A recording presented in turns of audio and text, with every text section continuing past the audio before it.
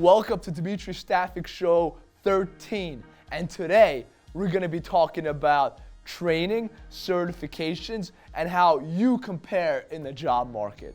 So the first point we want to talk about is training and certification.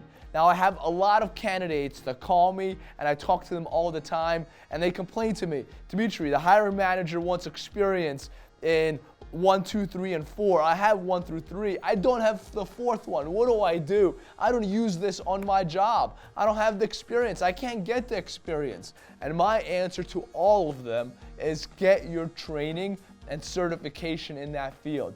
Now, yes, experience, hands-on, real-life experience is 100 times better than training and certifications. But is training certifications better than doing nothing?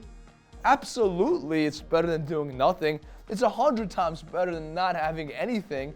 So get your training, do the certifications, because all hard work gets rewarded. I definitely believe in that.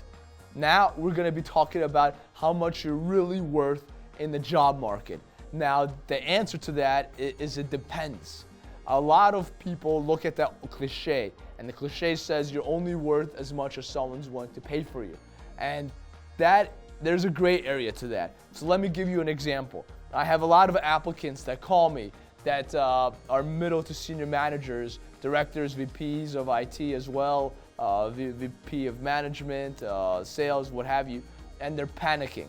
They were making 150 base, 200 base, 250 base, and now they find themselves getting offered positions for 110 base salary, even 90. Sometimes, if they're lucky, 120. They don't know what to do. They start to panic. What I tell them is, hold up, relax, Jane, relax, Jim. It's okay. 2 months is not a long time to be looking for a role. You want to know what the market is? Wait in 6 months. And realistically, wait 9 months to a year. Then you'll know what a market is. With more time, as time passes by, more opportunities are going to come your way. With more opportunities come your way, there's a higher likelihood you get what you want, and the people will like you, because sometimes people don't like you during interviews. They don't like your tie or the way you looked at them, what have you, stupid reasons.